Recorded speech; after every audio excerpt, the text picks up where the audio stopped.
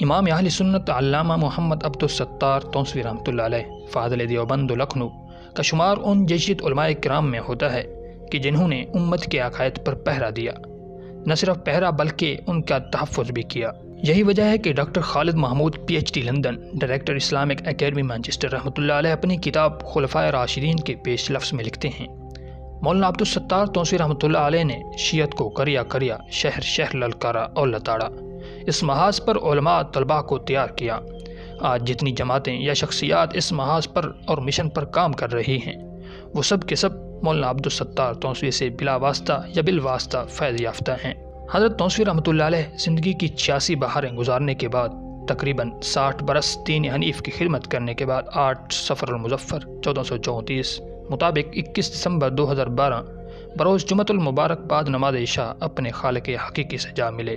انا للہ و انا الیہ راجعون۔ حضرت تونسوی رحمۃ اللہ علیہ کی وفات سے نہ صرف عجم کے اندر کوہرام مچا، بلکہ عرب دنیا بھی اسے قیامت صغریٰ سے تعبیر کر رہی تھی۔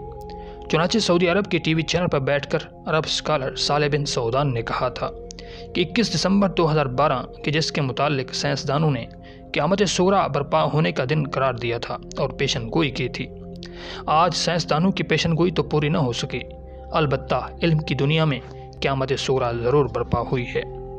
عجم کے تاجدار، دین حنیف کے معتبر عالم دین، جس نے اجمی ہو کے عربوں کے اذہان روشن کیے، آج علامہ تونسوی کی جدائی علم کی دنیا میں قیامت صغریٰ برپا کر گئی ہے۔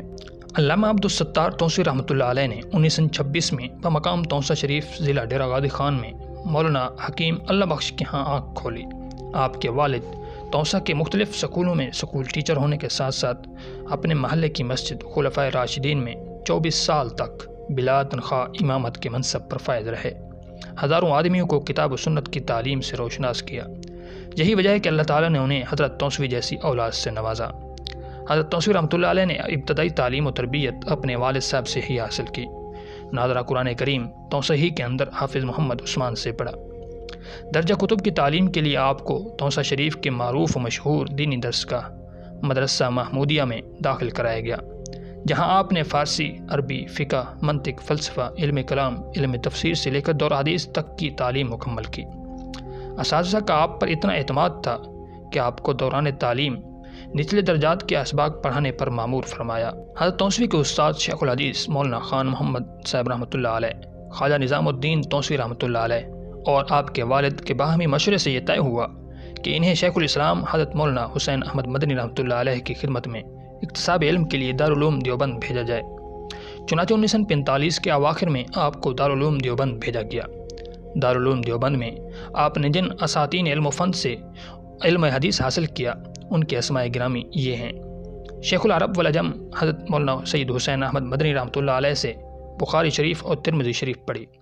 شیخ الادب والفقہ مولانا اعزاز علی صاحب سے ابو داؤد شریف اور شمائل ترمذی پڑھی۔ استاد الحدیث مولانا بشیر احمد سے مسلم شریف، حکیم الاسلام مولانا قاری محمد طیب صاحب رحمۃ اللہ علیہ سے ابن ماجہ اور استاد الحدیث مولانا فخر الحسن سے نسائی شریف پڑھی۔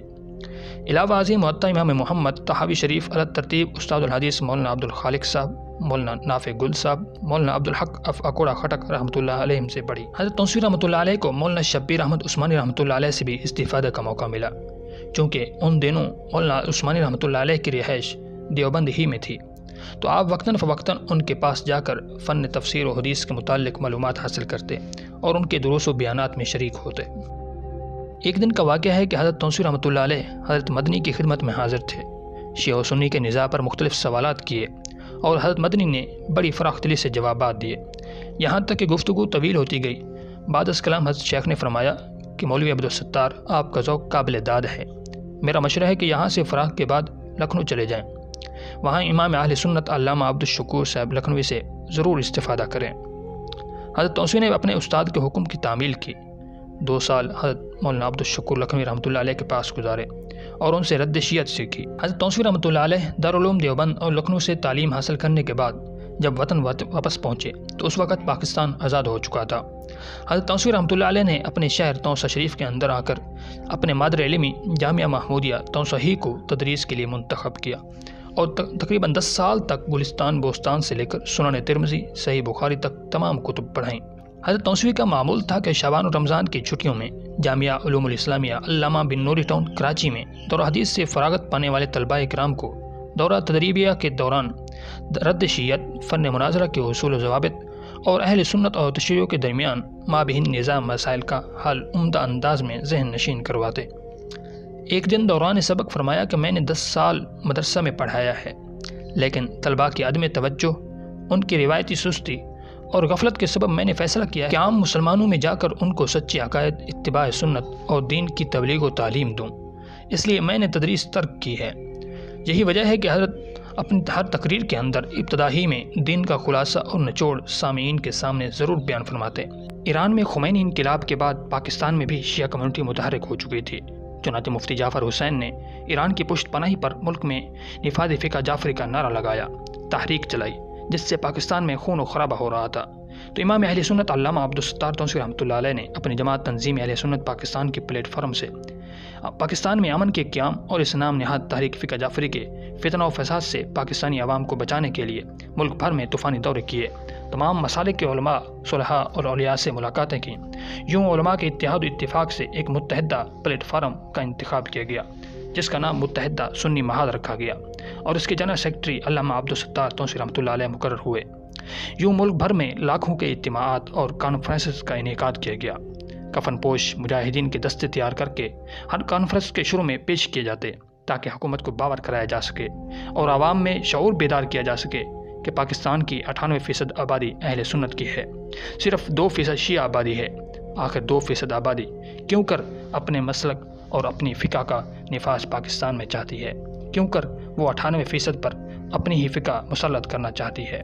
یوں علامہ عبدالستار تونسوی رحمۃ اللہ علیہ تحریک نفاذ فقہ جعفری کے سامنے سد سکندری بن گئے، کیونکہ علامہ عبدالستار تونسوی رحمۃ اللہ علیہ اتحاد و اتفاق کے داعی تھے۔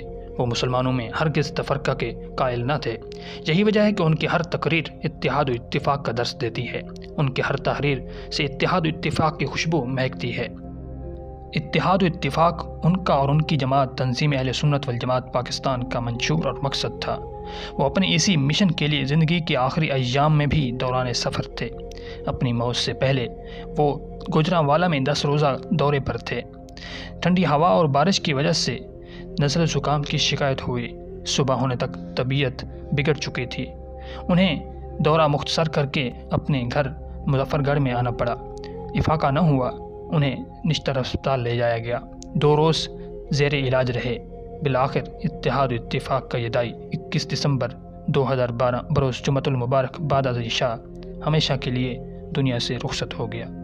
آپ کے جنازے میں شرکت کرنے والوں کی تعداد 3 لاکھ سے بھی اوپر بتائی جاتی ہے، اور تونسا شہر کے اندر یہ سب سے بڑا جنازہ شمار ہوتا ہے۔